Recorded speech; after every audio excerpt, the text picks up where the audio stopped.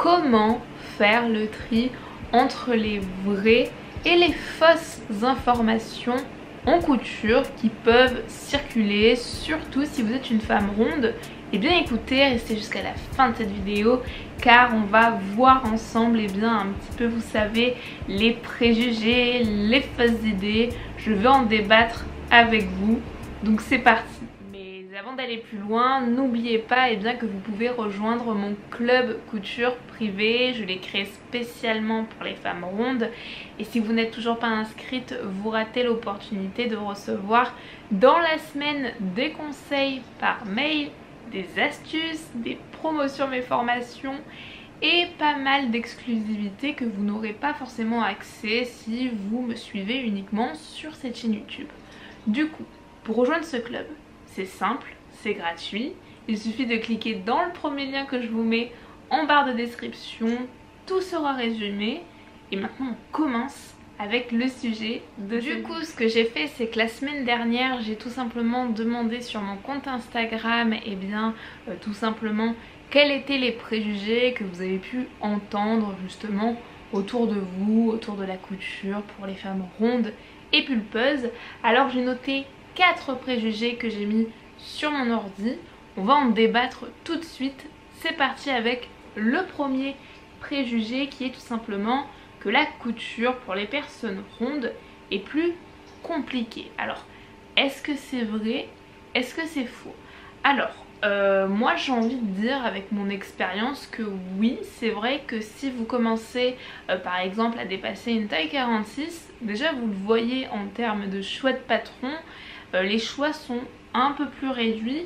Même si je tiens à préciser que de plus en plus de petites marques, même il y a des grandes marques qui taillent quand même de plus en plus loin, donc il y a quand même du progrès et c'est important aussi de le souligner.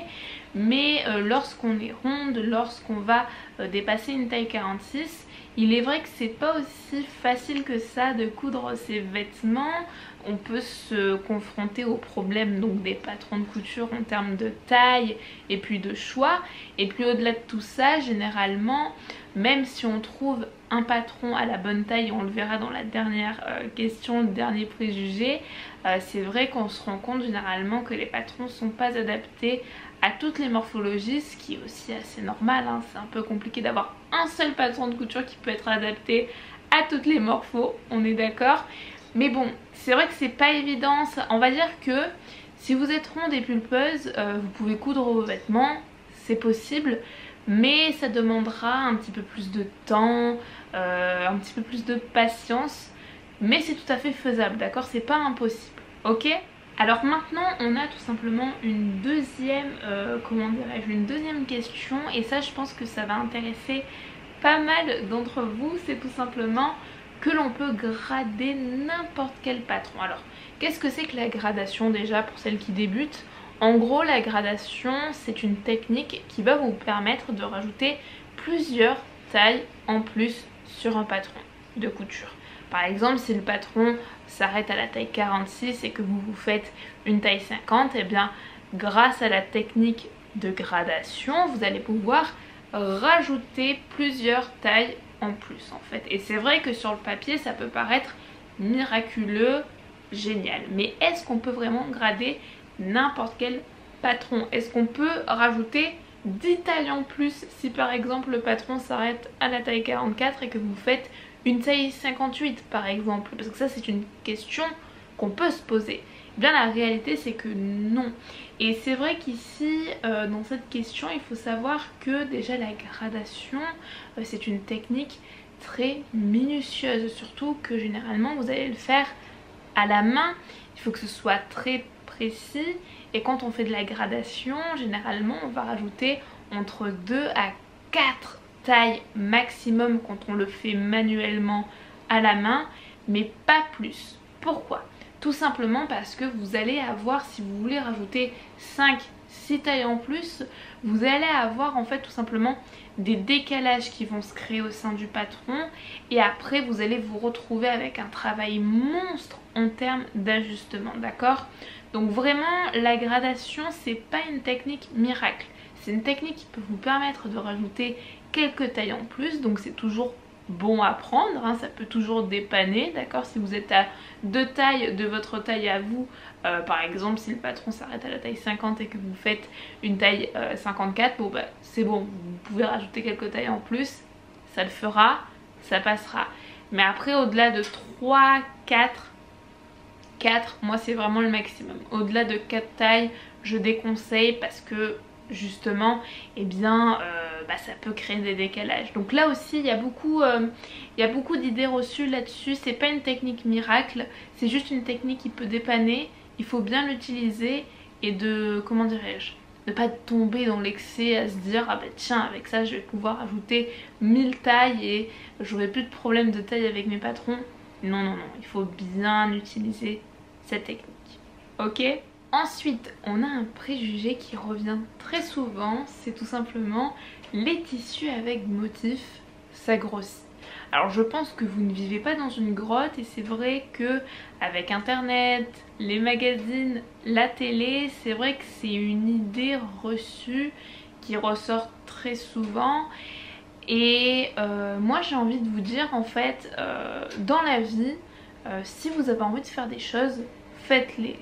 Et c'est vrai qu'en couture, si des tissus vous plaisent, eh bien j'ai tout simplement envie de vous dire, allez-y. Si vous voulez tout simplement acheter des tissus avec des rayures et coudre des marinières avec, eh bien allez-y en fait, tout simplement parce que vous avez envie de coudre une marinière et que vous avez envie de porter une marinière en fait. Et si par exemple vous flashez sur un tissu avec des petits motifs qui pourraient entre guillemets grossir votre silhouette, eh bien allez-y parce qu'en fait c'est ce genre de tissu là qui va vous plaire et quand vous allez porter votre vêtement, c'est comme ça que vous allez vous sentir belle et féminine et que vous allez rayonner en fait. Donc la réalité ici c'est que je pense que en fait chacun fait comme il veut, d'accord. Alors après oui, il y a des règles dans le stylisme où on va vous dire eh bien telle couleur pour un teint de peau sera beaucoup plus idéal que le contraire, ou alors des motifs à un certain endroit ou porter tel ou tel motif ça peut entre guillemets alourdir la silhouette. Mais en fait ok, ce sont des règles qui sont là, peut-être que c'est vrai, peut-être que ça peut alourdir votre silhouette, mais l'essentiel en fait c'est qu'est-ce que vous voulez faire vous, d'accord. Est-ce que ce tissu vous plaît vraiment? Et si c'est le cas, ne vous privez pas en fait, vraiment achetez ce tissu et faites vos vêtements en fait, parce que vous avez entre vos mains l'opportunité justement de coudre une garde-robe sur mesure. Donc ne vous privez pas par des fausses idées reçues qui sont finalement, vous savez, les goûts et les couleurs, c'est comme tout dans la vie. Il y a des personnes qui vont trouver un tissu magnifique et d'autres qui vont le trouver moche, mais c'est parce qu'on a tous des opinions, des goûts différents en fait, et qu'il faut de tout dans la vie pour faire un monde. Donc vraiment j'ai juste envie de vous dire, faites-vous plaisir. Si un tissu vous plaît, si un tissu vous tente mais que vous dites ah mince il y a des rayures, ou ah mince j'ai vu que peut-être avec... Non, on s'en fiche en fait. Achetez ce tissu et allez coudre ce vêtement parce que c'est avec ce tissu, quand vous allez coudre votre vêtement, vous allez rayonner et ça va se voir sur votre visage, d'accord. Donc vraiment écoutez-vous, et puis toutes les règles, tout ce qu'on peut entendre, on met ça de côté, on s'en fiche. On n'a qu'une vie à vivre en fait, d'accord. Si on commence à vivre sur les jugements des uns et des autres, on n'a pas fini, ok. Donc ça vraiment pour moi c'est une très très fausse idée là-dessus. Et ok, il y a des règles, ok peut-être que ça peut alourdir une silhouette, ok peut-être que ça peut faire telle ou telle chose, mais si vous en avez vraiment envie, suivez vos envies, c'est l'essentiel. Et enfin une dernière tout simplement information, c'est que les patrons de couture ne sont jamais adaptés à ma morphologie. Et ça c'est peut-être une problématique que vous avez déjà rencontrée. Alors ici c'est vrai que j'ai envie de dire que ce préjugé est vrai. Il faut savoir que malheureusement on est tous et toutes différentes. Il y a des femmes qui sont petites, il y a des femmes qui sont grandes, il y a des femmes qui ont des fortes poitrines, enfin une forte poitrine pardon. Il y a des femmes qui ont par exemple du ventre ou un ventre qui tombe, ou alors des bras forts, ou alors je sais pas moi, des hanches larges, des mollets assez imposants, enfin bref. Si vous voulez, notre corps c'est un petit peu notre identité, c'est ce qui fait justement que vous êtes unique. Mais le truc c'est que du coup un patron de couture, vous vous imaginez bien que un seul patron ne peut pas convenir à toutes les morphologies en fait, parce qu'on est toutes et toutes différentes. Donc bien évidemment il va y avoir des couacs. Alors après ce qui est bien c'est qu'aujourd'hui on a de plus en plus de marques qui proposent plusieurs statures. La stature ça va être justement, on va commencer avec la stature des femmes qui mesurent moins d'1m59 si je ne me trompe pas. Ensuite on va avoir la deuxième stature entre les femmes qui font 1m60 et 1m68. Et la troisième stature où on va avoir les femmes qui font 1m69 jusqu'à 1m80, d'accord. Et ça déjà ça permet d'avoir des patrons un petit peu plus, vous savez, modelables, qui vont s'adapter un petit peu plus à tout type de morpho.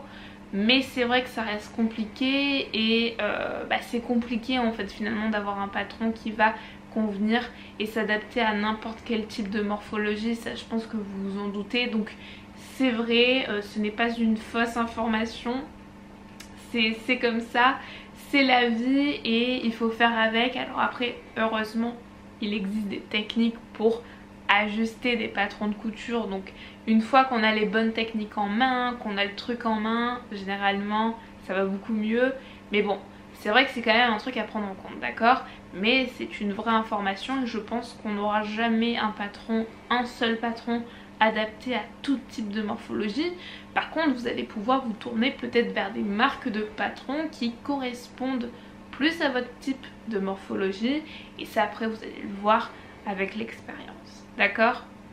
Donc voilà pour cette vidéo, je pense que j'ai à peu près tout dit. Ça faisait un moment que j'avais plus fait de face cam et franchement j'ai adoré ce concept là. N'hésitez pas à me dire en commentaire si vous aussi vous avez tout simplement des préjugés ou peut-être que vous avez des informations en main mais vous ne savez pas si elles sont vraies ou fausses. N'hésitez pas à les marquer en commentaire, comme ça ça fera un petit débat et vous pourrez tous et toutes interagir entre vous. Je pense que ça peut être assez sympa et moi je vais vous retrouver à très vite pour une prochaine vidéo.